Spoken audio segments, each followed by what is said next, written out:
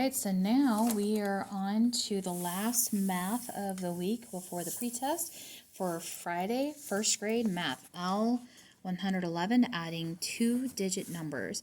So here we have these dots. This is the spiral review.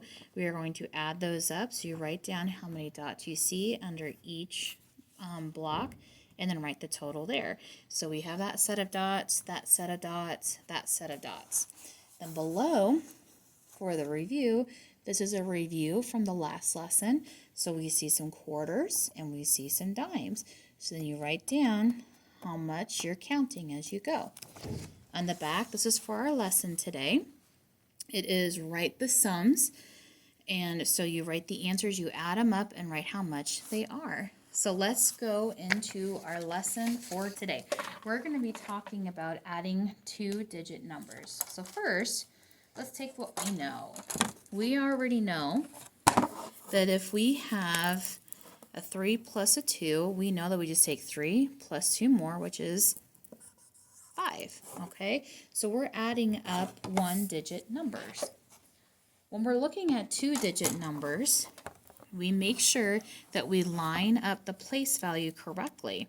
So we know that 13, the 3 is in the ones place and the 1's in the tens place. For 42, the 2 is in the ones place, the 4 is in the tens place. So that when I add up these two-digit numbers, I have 13, so my 3 is in the ones place and my 1 is in the tens place. 2 is in the ones place, and 4 is in the tens place. So I have 13 plus 42. This is like saying I have 3 circles and 2 more circles. Okay, now this is if I were to group them up in tens. So this group has, there's 10 inside of here. And there's 10 inside of here. So we're going to pretend that I put 10 circles inside of there. So I could count 10, 20, 30, 40, 50, right? So I'm going to add up these circles.